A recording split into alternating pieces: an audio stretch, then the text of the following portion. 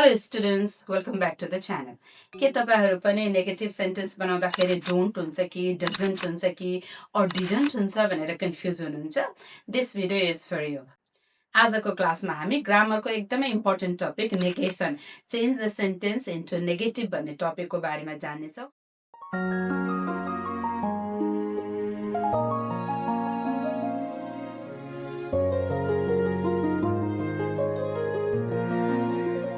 Simple वर्डमा भन्नुपर्दाखेरि negation भनेको सेन्टेन्समा not राखेर त्यसको मिनिङलाई अपोजिट बनाउने प्रोसेस हो।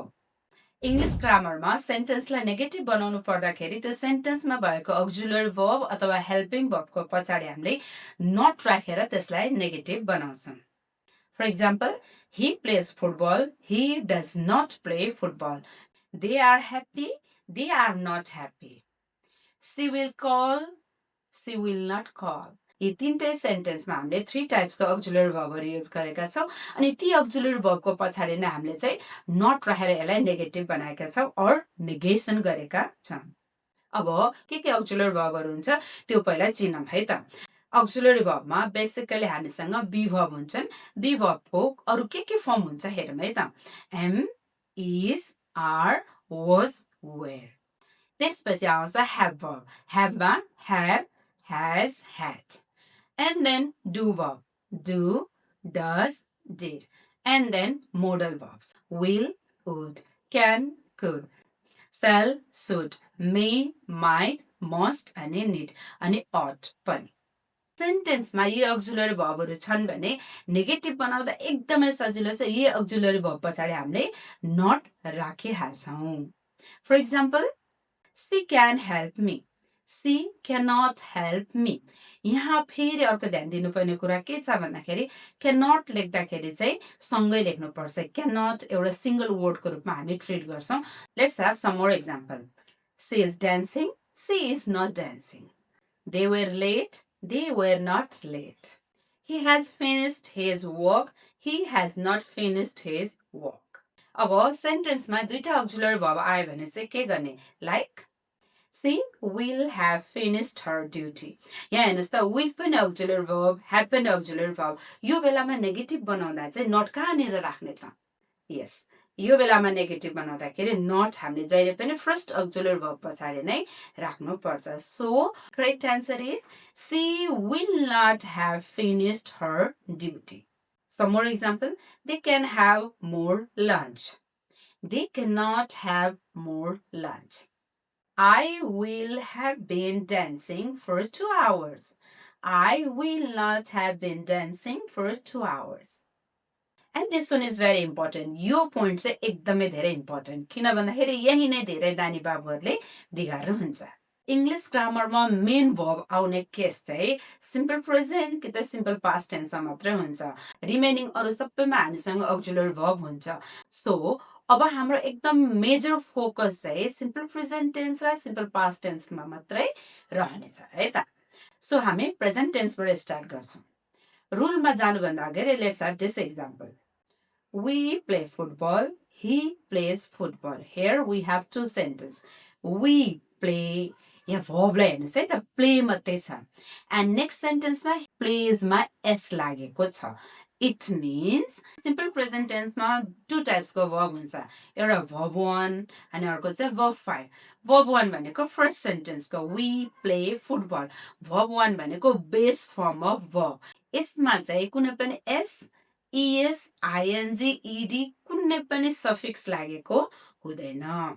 So base form of verb आयो भने चाहिँ यो verb 1 र यसलाई नेगेटिभ बनाउँदा अब हामीलाई चाहिन्छ do. So the answer is we do not play football. They like tea, they do not like tea. I seek help, I do not seek help. Children love to play, children do not love to play. Birds fly in the sky, birds do not fly in the sky. So यी सबै sentence present टेन्सको verb 1 लागेको सेन्टेन्सहरु हुन्।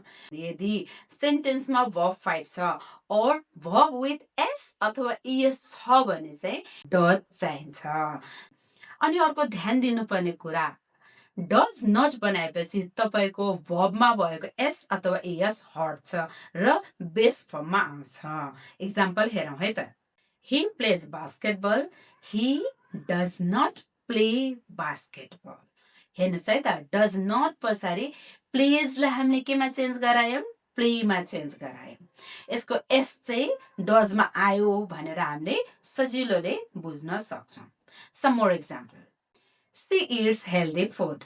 She does not eat healthy food. Dog guards home.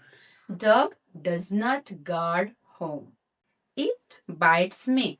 It does not bite me. Present टेन्सलाई summarise गर्नुभन्दा अगाडि present टेन्समा confusion पार्ने एउटा condition छ त्यो कन्डिसनको बारेमा जानौँ है त look at the example first I have found a pen I have a pen यी दुईटा सेन्टेन्समा have auxiliary verb हो कि मेन verb हो चिन्ने कोसिस गरौँ है त first सेन्टेन्समा have is acting as an auxiliary verb कसरी थाहा पायौँ भन्दाखेरि have को पछाडि मेन verb found छ सो त्यस कारणले यसलाई नेगेटिभ बनाउँदा सजिलो रुल के भयो त auxiliary पछाडि not राख्ने I have not found a pen done सक्यो सेन्टेन्स नम्बर 2 मा जाउँ है त I have a pen. यो सेन्टेन्समा चाहिँ have is acting as a main verb. Main verb भनेर चिन्ने तरिका कसरी भन्दा have पछाडि noun phrase छ or noun छ a pen or अरु कुनै noun छ भने यति बेला चाहिँ the have is acting as main verb. है त सो यति बेला चाहिँ यसलाई नेगेटिभ बनाउँदाखेरि चाहिँ we need to take help from some auxiliary verb and that is do verb. So, I have a pen को negative के भयो त I do not have a pen. This is the correct answer. फेरि अर्को sentence हेरौँ है त She has a doll. Has is acting as a main verb or auxiliary verb. चिन्नुहोस् त has पछाडि के छ a doll. Doll भनेको noun हो कि verb हो Obviously, this is noun. That's why the correct answer is she does not have हुन्छ कि has फेरि Yes, verb 1. Base form of verb. So, she does not have a doll. So, simple present tense को रुललाई recap गर्नु पर्दाखेरि simple present tense मा दुईटा condition हुन सक्छ verb 1 कि त verb 5 verb 1 छ भने do not plus base form अर्को चाहिँ verb 5 छ जहाँ चाहिँ verb मा s अथवा es लागेछ यसलाई नेगेटिभ बनाउँदाखेरि चाहिँ हामीले does not plus verb 1 or base form of verb लेख्छौं Now let's move to the simple past tense. Simple past tense मा चाहिँ do र does र टाउको दुखाउनु पर्दैन सबै केसमा did मात्रै हुन्छ very easy अब past tense को some examples हेरौँ है त She visited museum visited verb 2 simple past tense अब यसलाई नेगेटिभ बनाऊँ did not हुन्छ भनेर हामीले थाहा पाइसक्यौं त्यसो भए did not पछाडि verb 1 हुन्छ कि verb 2 नै हुन्छ त पक्कै पनि verb 1 हुन्छ it means base form of verb हुन्छ visited becomes visit so the correct answer is she did not visit museum he wrote a letter he did not wrote becomes right he did not write a letter they prayed for my safety they did not pray for my safety so past tense मा negative बनाउँदाखेरि अब ध्यान दिनु पर्यो did not plus verb 1 she had a red dress She had not red dress हुन्छ कि she did not have a red dress हुन्छ त Yes, the correct answer is she did not have a red dress. They had won the match. यहाँ चाहिँ के हुन्छ नि They did not have won the match or they had not won the match. Yes, the correct answer is they had not won the match because यहाँनिर चाहिँ had is acting as an auxiliary verb. पछाडि हामीसँग won verb 3 छँदैछ अब हामी एससीमा सोधिन अर्को important पार्टमा जाँदैछ त्यो हो इम्पेरेटिभ्स को negative so I show you some of the sentence here let's start discussing from there first open the door let's me open the door let's open the door so यो चारवटा sentence they all are imperative sentence imperative sentence जहिले पनि भर्बबाट start हुन्छ त्यो पनि base form of भर्बबाट start हुन्छ है त सो अब यसलाई नेगेटिभ बनाउँदा सजिलो छ अगाडि do not राख्ने open do not open the door do not open the door so let me open the door मा चाहिँ let me not open the door let her sing the song let her not sing the song. Let him cook the food. Let him not cook the food.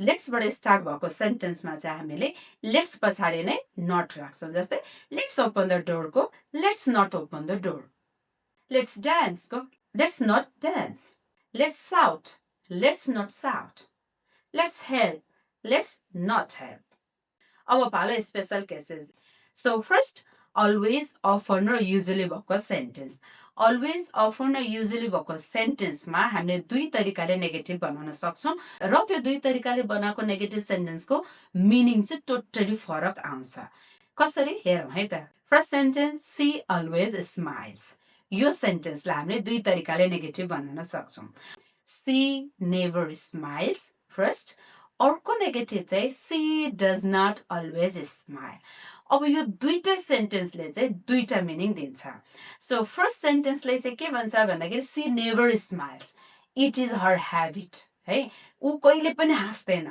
Second सेन्टेन्समा चाहिँ she does not always smile it means she smiles but not always ऊ हाँस्नलाई हाँस्छ C smiles होइन उसले मुस्कान दिन्छ तर not always grammatically both sentence are correct है तर त्यसले कुन चाहिँ मिनिङ दिन्छ भन्ने कन्टेक्स्टमा हाम्रो डेली युजेसमा युज गर्ने बेला चाहिँ हामीले ध्यान दिएर गर्नुपर्छ some more example she usually cooks food she never cooks food she never never ever कहिले पनि पकाउँदैन but she does not usually cook food. It means some of the times she cooks, but some of the times she does not cook.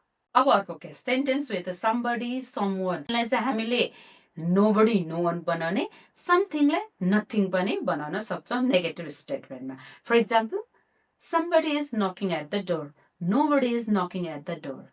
Something is happening to her. Nothing is happening to her. She has something in her bag. She has nothing in her bag. A sentence starting with every. Everyबाट start भएको sentence लाई negative बनाउँदाखेरि चाहिँ हामीले not every राख्यो भने भयो. For example, everyone liked the movie. Not everyone liked the movie.